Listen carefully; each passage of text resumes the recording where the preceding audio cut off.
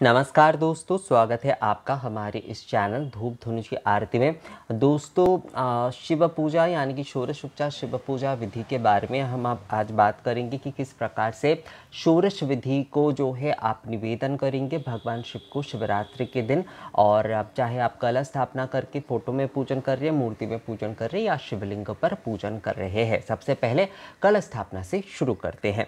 देखिए दोस्तों, कलश स्थापना में जैसे कि आप में से ज़्यादातर लोग मुझे कई प्रकार के सवाल करते हैं, तो यहाँ पर कलश स्थापना में किसी भी प्रकार की कोई तीर काठी, किसी भी प्रकार की कोई वेष्टनी, वैसे भी शिवलिंग में ये ज़रूरी नहीं होता है। कई समय मूर्ति में ये सारे कार्य करते हैं, मतलब शिव पूजन के मूर्ति में। पर शिव पूजा की अगर आदि विधि देखी जाए तो उसमें इस प्रकार का किसी भी प्रकार का जो वेष्टनी या फिर तीर काठी आदि जो है वो वहाँ पर इस्तेमाल नहीं होती है दोस्तों। तो इसलिए कलश की जो मूल भावना है आप उसी प्रकार से जो है आप कलश की स्थापना करें, यानी कि कलश में जल भरकर उसमें जो है पंचपल्लव यानी कि आम्रपल्लव रखकर, अर्घपात्र रखकर, नारियल रखकर और तिलक या स्वास्तिक बनाकर जो है आपको कलश स्थापना करना है। और कलश हमेशा मुख्य कलश होना चाहिए। यहाँ पर शिव पूजन है तो आप कलश रख रहे हैं तो आपको शंकर पार्वती के नाम से उनके सम्मुख में कलश रखना है। ये बात बस आप ध्यान रखिएगा कि अब कई लोग मुझे कहते हैं कि वरुण कलश, तो मैं देखिए दोस्तों, अगर कलश की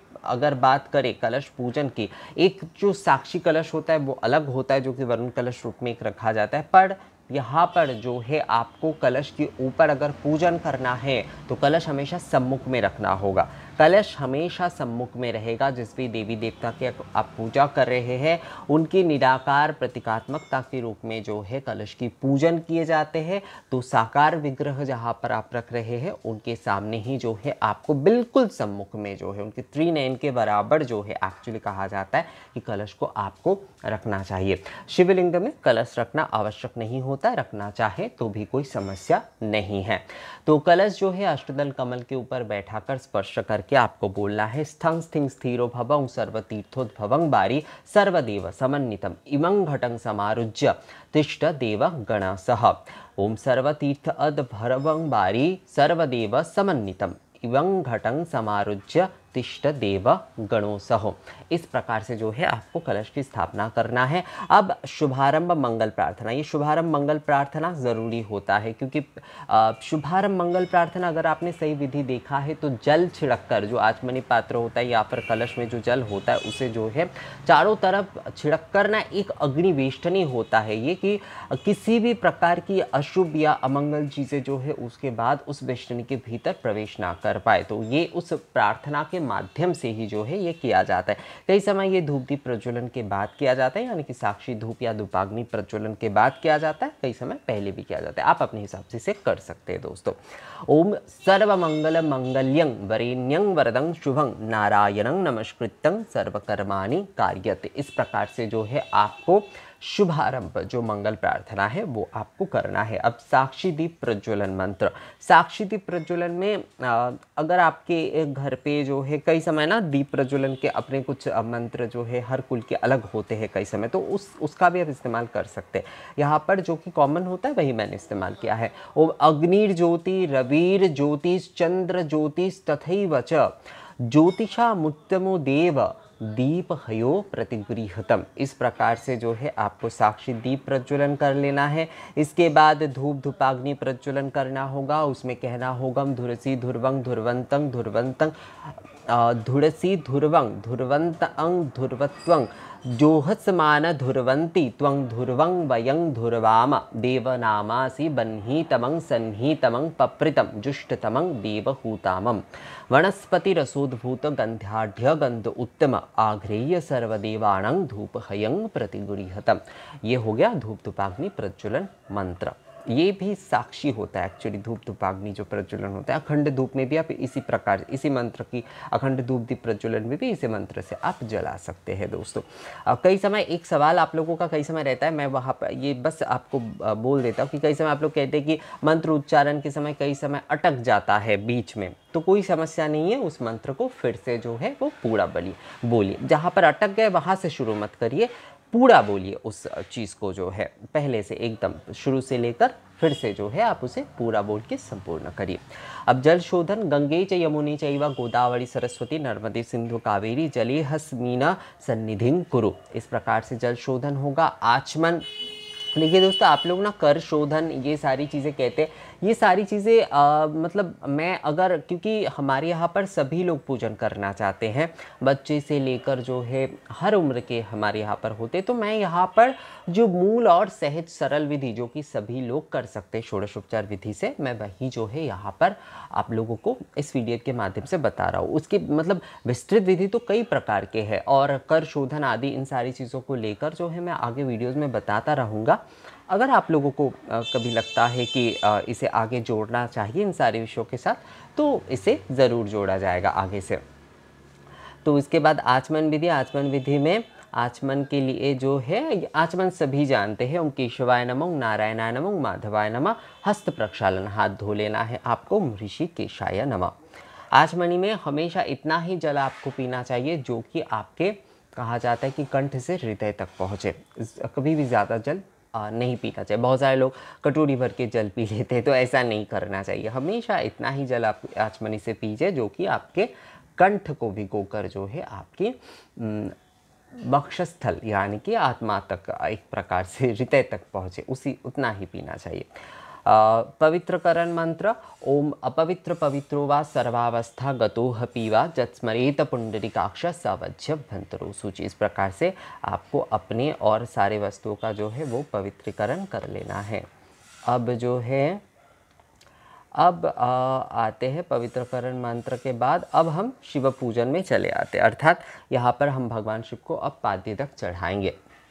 तो पाद्यदक में मतलब ये सारे पवित्रीकरण आदि आपने कर लिए, पुष्प आदि सारी जो भी सारी पूजा की वस्तु है वो आपने जो है पवित्रीकरण कर दिए। यहाँ पर ना एक थोड़ा सा अगर छोटा सा मैं लिख देता कि शिव पूजा शुरू, षोडशोपचार शिव पूजा, तो अच्छा होता। मैं लिख दूंगा ये वीडियो ख़त्म करने के बाद जो है मैं लिख दूंगा आप लोगों को PDF, जो लोग आप लोग लेंगे उन्हें, ताकि ये चीज़ समझने में आसानी हो।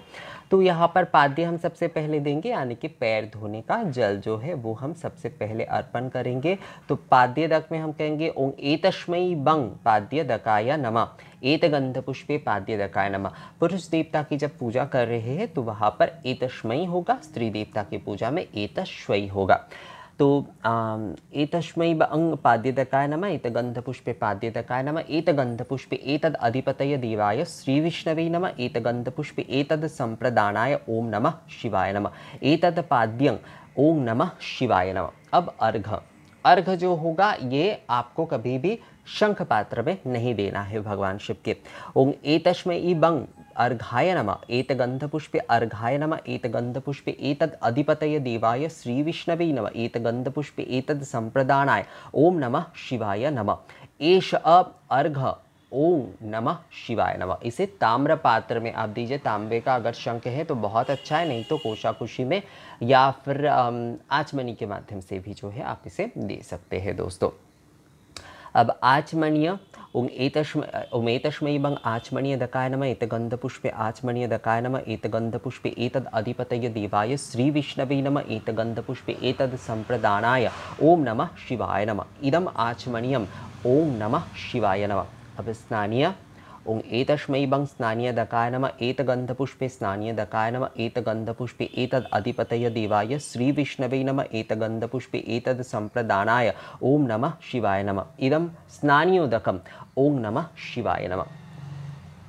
स्नानीयोदक के बाद अगर आप रुद्राक्ष माला आदि देना चाहते तो आप चढ़ा सकते हैं। जैसे कि इस समय अगर आप विशेष स्नानीय अर्पण करना चाहते, पंचामृत आदि स्नानीय, तो त्र्यंबकम यजामहे इस मंत्र के साथ भी जो है आप स्नानीय दे सकते। कई समय जो है अष्ट कलश होता है या फिर 11 कलश में भी कई लोग स्नान कराते हैं, पंचामृत के साथ स्नान कराते हैं। मतलब विशेष जो स्नान अभिषेक होता है वो आप इस समय कर सकते हैं। मतलब इस प्रकार से करके गंगा जल से शुद्धोदक, यानी कि गंगा जल से जो है आपको स्नान कराकर उसके बाद ये जो गंध पुष्प की दूसरी विधि है, मतलब षोडशोपचार की जो दूसरी विधि है आप वो कर सकते हैं।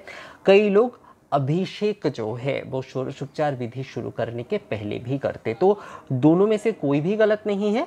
आपको जो सुविधा हो आप उसी प्रकार से कर सकते हैं दोस्तों।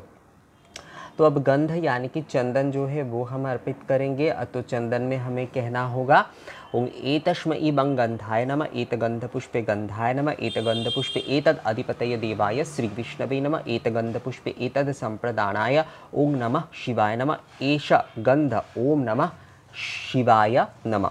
पुष्प ओं एतस्मै इबं सुपुष्पाय नमः, एतगंधपुष्पे सुपुष्पाय नमः, एतगंधपुष्पे एतदधिपतये देवाय श्री विष्णवे नमः, एतगंधपुष्पे एतद् संप्रदानाय ओं नमः शिवाय नमः, एष सचंदनपुष्पं ओं नमः शिवाय नमः।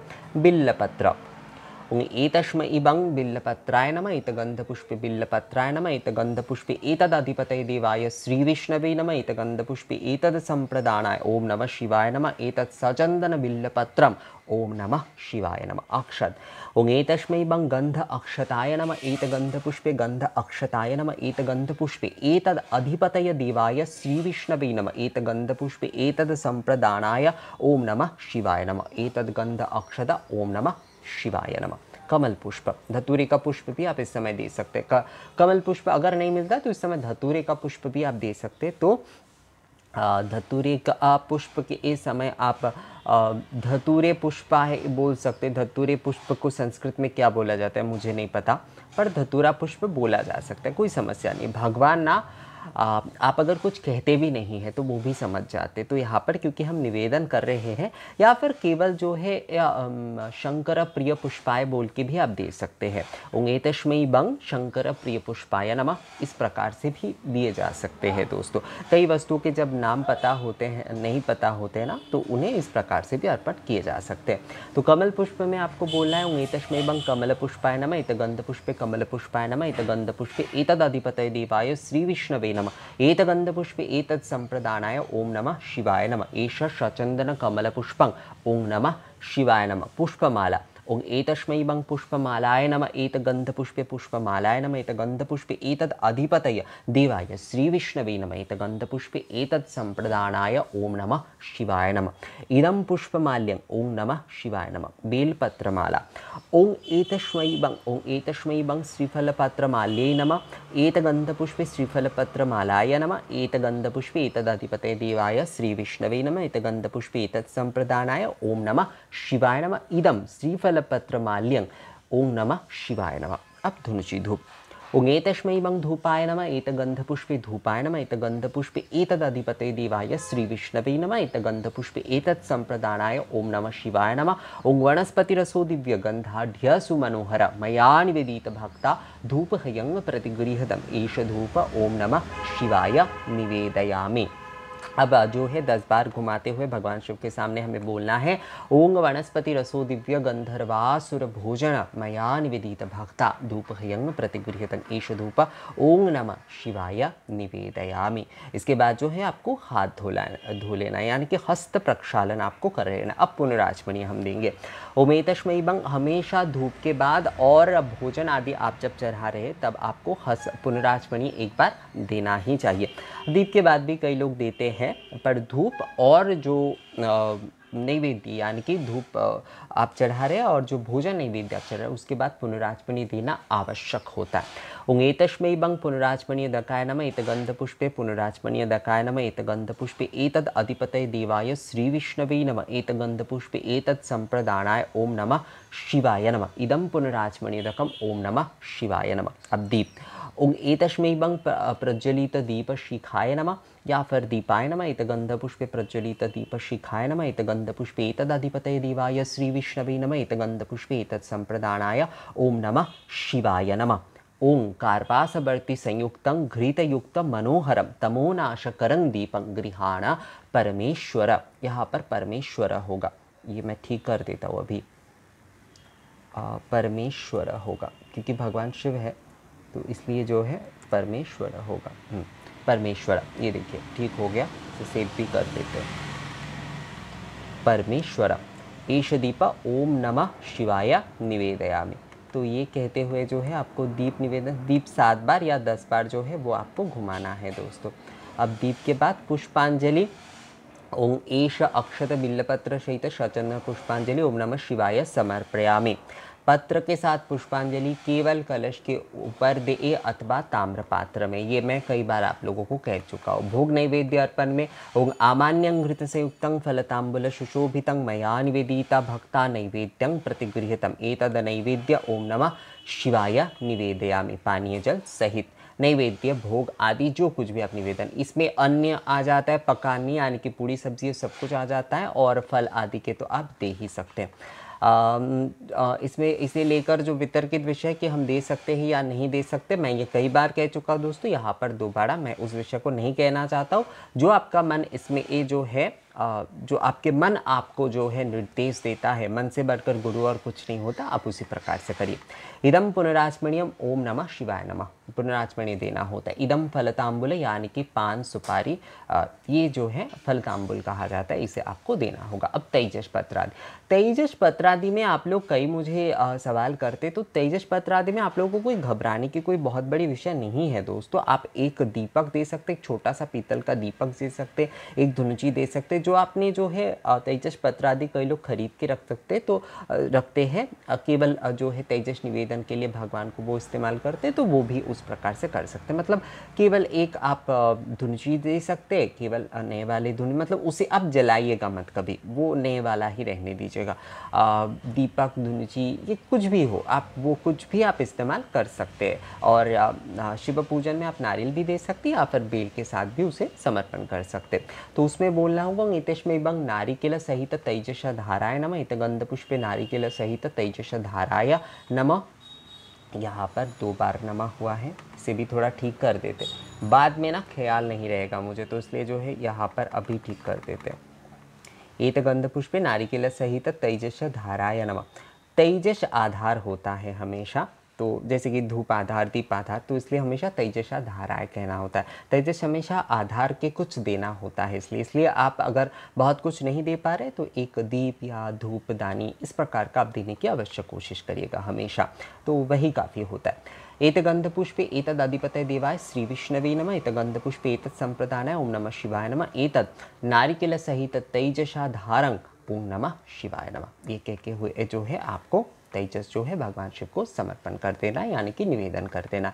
21 दीपमाला निवेदन, अगर आप ये करना चाहे तो आप कर सकते हैं, अगर आप कर नहीं पा रहे हैं तो आप ये ना भी कर सकते, इसे स्किप कर सकते, ये अधिक विधि है, लिखा हुआ है देखिए। ओंगेतस्मै बंग एक विंशति दीपमालाय नमः, इत गंधपुष्पे एकविंशति दीपमालाय नमः, इत गंधपुष्पे एतदधिपतये देवाय श्री विष्णवे नमः, इत गंधपुष्पे एतत् संप्रदानाय ओम नमः शिवाय नमः, एष एकविंशति दीपमालाय ओम नमः शिवाय निवेदयामि। तो ये विधि जो है आप अगर करना चाहे तो कर सकते हैं, अगर स्किप करते हैं तो कोई समस्या नहीं। अब माँ अन्नपूर्णा या फिर माँ गौरी के पूजन, तो इसमें हम देखिए वहाँ पर हमने एतस्मै कहा था, यहाँ पर एतस्वै हो जाता है, तो इसमें हम कहेंगे एतस्वै बंग सिंदूराय नमः, एत गंधपुष्पे सिंदूराय नमः, एत गंधपुष्पे एतदधिपतये देवाय श्री विष्णवे नमः, एत गंधपुष्पे एतत् संप्रदानाय श्री श्री भगवती माहेश्वरी अन्नपूर्णा दिव्ये नमः, इदं सिंदूरं श्री श्री भगवती माहेश्वरी अन्नपूर्णा दिव्यै नमः। गंध ओं एतस्वै बंग गंधाय नमः, एत गंधपुष्पे गंधाय नमः, एत गंधपुष्पे एतद् अधिपतये देवाय श्री विष्णवे नमः, एत गंधपुष्पे एतत् संप्रदानाय श्री श्री भगवती माहेश्वरी अन्नपूर्णा दिव्ये नमः, एष गंध श्री श्री भगवती माहेश्वरी अन्नपूर्णा दिव्यै नमः। पुष्प ओं एतस्वै बंग सुपुष्पाय नमः, एत गंधपुष्पे सुपुष्पाय नमः, एत गंधपुष्पे एतद् अधिपतये देवाय श्री विष्णवे नमः, एत गंधपुष्पे एतत् संप्रदानाय श्री श्री भगवती माहेश्वरी अन्नपूर्णा दिव्यै नमः, एष सचंदन पुष्पं श्री श्री भगवती माहेश्वरी अन्नपूर्णा दिव्यै नमः।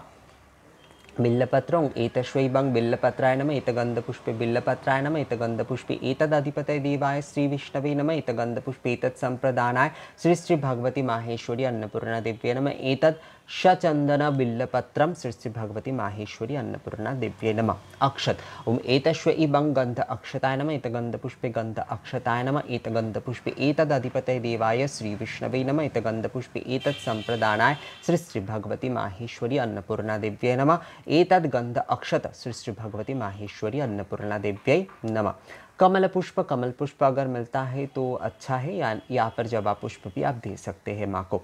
ओं एतश्वै बं कमलपुष्पाय नमः, एतगन्धपुष्पे कमलपुष्पाय नमः, एतगन्धपुष्पे एतद् अधिपतये देवाय श्री विष्णवे नमः, एतगन्धपुष्पे एतद् संप्रदानाय श्री श्री भगवती माहेश्वरी अन्नपूर्णा देव्यै नमः।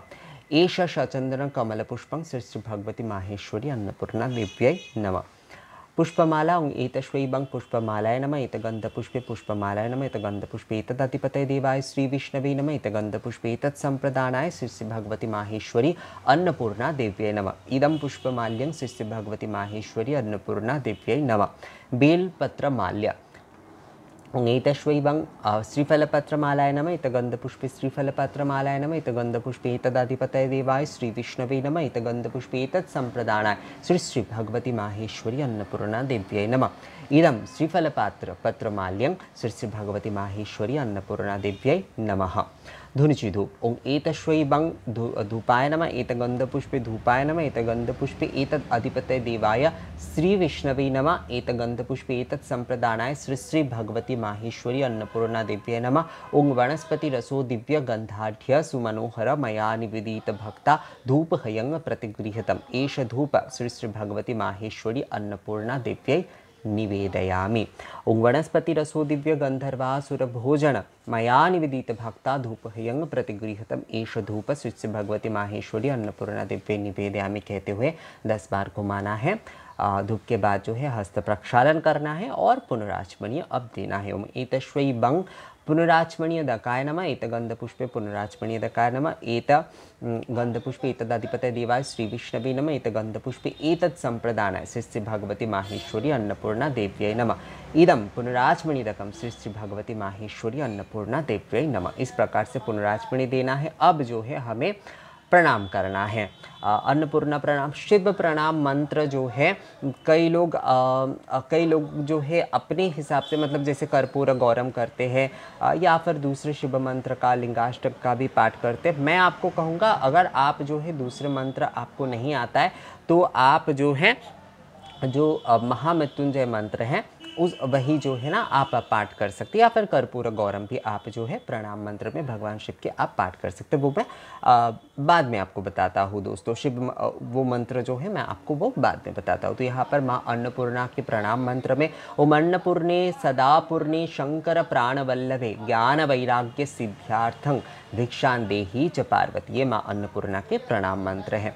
अब जो है धूप सेवा मंत्र, ये सारी चीज़ें एक्चुअली मैं कई बार कह चुका हूँ, फिर भी जो है आप लोग कहते हैं कि पूरा एक बार बोल दीजिए। तो वनस्पति रसोद्भूत गंधाढ़ गंध उत्तम आग्रेय भगवती सरस्वती देव्य। देखिए यहाँ पर एक्चुअली मैंने ये सरस्वती पूजा से लिया था, इसलिए इसे भी थोड़ा ठीक कर देते। आइए चलिए, भगवती आघ्रेय उमा महेश्वराय, इसे थोड़ा कॉपी पेस्ट कर देते। आइए, हाँ, आघ्रेय उमा महेश्वराय। नहीं दोस्तों देखिए कई चीज़ें ना इसलिए जो है हर समय, तो यहाँ पर मैंने इसे सेव कर दिया। चलिए अब जो है धूप सेवा मंत्र में तो हमें क्या बोलना होगा। ओम वनस्पति रसोद्भूत गंधाढ़ गंध उत्तम आघ्रे उमा महेश्वराय धूप हयं प्रतिगृहतम, एष धूप ओम नमः उमा महेश्वराय आघ्रपयामि। और इसके बाद जो है एक्चुअली ये सारे विषय ना एक ही होता है, तो इसलिए मैंने ये सरस्वती पूजा से ही जो है वो कॉपी किया था एक्चुअली यहाँ पर। तो यहाँ पर इसलिए जो है वो चीज़ मैं सही करना एक्चुअली भूल गया था। तो देखिए कई समय जो होता है ना कई चीज़ें, मतलब जब हम पढ़ाने जाते कोई चीज़ या फिर कोई चीज़ बताने जाते किसी को, तो उस समय कई चीज़ों का बहुत अच्छे से संशोधन होता है। तो इसलिए होता है ना कई समय हर चीज़ को आप लिखते हैं या कोई भी, तो उसे जोर से हमेशा पढ़ना चाहिए, हमेशा उस चीज़ को किसी को पढ़कर सुनाना चाहिए, तभी जो है ना उसका संशोधन भी हो जाता है बहुत सही तरीके से। तो धूप सेवा में जो है वनस्पति रसोद्भूत गंधाढ़ गंध उत्तम आघ्रेय उमा महेश्वराय धूप हयं प्रतिगृहतम, एष धूप ओम नमः उमा महेश्वराय आघ्रपयामि। इस प्रकार से धूप सेवा करना है। अब धूप भोग अथवा अन्न भोग समर्पण का मंत्र, जो भी भोग आप लगा रहे हो वो समर्पण करने के लिए तदीय वस्तु उमा महेश्वर तुभ्यमेव समर्पये गृहाण सम्मुख भूत्वा प्रसीद उमा महेश्वर। धुनुची धूप आरती में ओम एतस्मयी बंग आरात्रिक धूपाय नमः, यहाँ पर एतस्मयी होगा। एत गंध पुष्पे आरात्रिक धूपाय नमः, एत गंध पुष्पे एतद अधिपतये देवाय श्री विष्णवे नमः, एत गंध पुष्पे एतत् संप्रदानाय ओम नमः उमा महेश्वराय नमः। ओम वनस्पति रसो दिव्य गंधाढ्य सुमनोहर मया निवेदित भक्ता धूप हयंग प्रतिगृहतं एष आरात्रिक धूप ओम नमः उमा महेश्वराय निवेदयामि। तो ये जो है ये आपको उमा महेश्वर बोल के ही निवेदन करना है, क्योंकि आप शिव और माता पार्वती दोनों को ही ये निवेदन कर रहे हैं। अब पंचदीपक में भी वही है। धूप आरती के बाद हस्त प्रक्षालन कर लीजिएगा।